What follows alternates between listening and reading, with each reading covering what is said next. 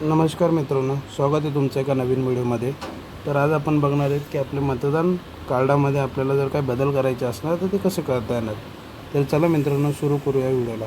सर्वप्रथम मित्रांनो, तुम्हाला गुगल प्ले स्टोर ओपन करायचे आहे। ते ओपन केल्यानंतर इथे तुम्हाला वोटर हेल्पलाईन असं सर्च करायचं। त्यानंतर तुमच्यासमोर एक ॲप्लिकेशन येणार, ते ॲप्लिकेशन इन्स्टॉल करून घ्यायची आहे। तर मी ऑलरेडी इन्स्टॉल केली आहे। तर ॲप्लिकेशन इन्स्टॉल केल्याच्यानंतर मित्रांनो, तुम्हाला तुमच्या लेफ्ट साईडला टॉप कॉर्नरला 3 लाईन दिसतील, त्यावर क्लिक करायचं आहे।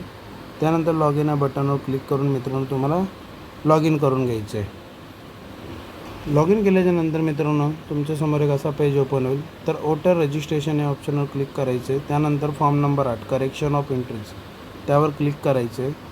त्यावर क्लिक केल्यानंतर मित्रांनो, सर्वात खाली लेट स्टार्ट असं एक बटन दिसणार, त्यावर क्लिक करायचं।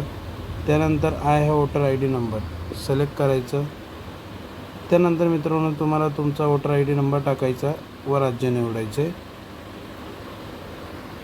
वोटर आय डी डिटेल्स टाकल्यानंतर मित्रांनो, तुमच्यासमोर वोटर आय डीची डिटेल्स येणार। तर ती सर्व चेक करून नेक्स्ट या बटनवर क्लिक करायचे।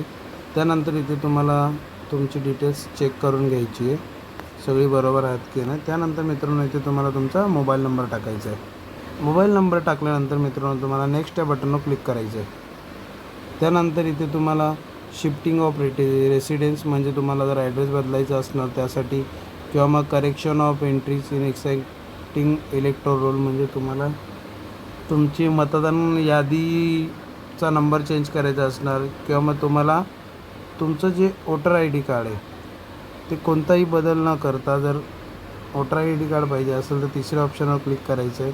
आणि तुम्ही जर दिव्यांग असाल तर चौथ्या ऑप्शनवर क्लिक करून तुम्हाला तुमचं दिव्यांगाचं प्रमाणपत्र तिथे अपलोड करता येईल। तर मित्रांनो, आपण सेकंड या ऑप्शनवर क्लिक करूयात।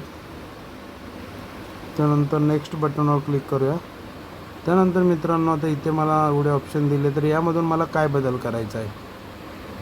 तर मित्रांनो, मला फोटो चेंज करायचा आहे। नेक्स्ट या बटनवर क्लिक करणार। मित्रांनो, फोटो सिलेक्ट केल्यानंतर नेक्स्ट या बटनवर क्लिक करणार।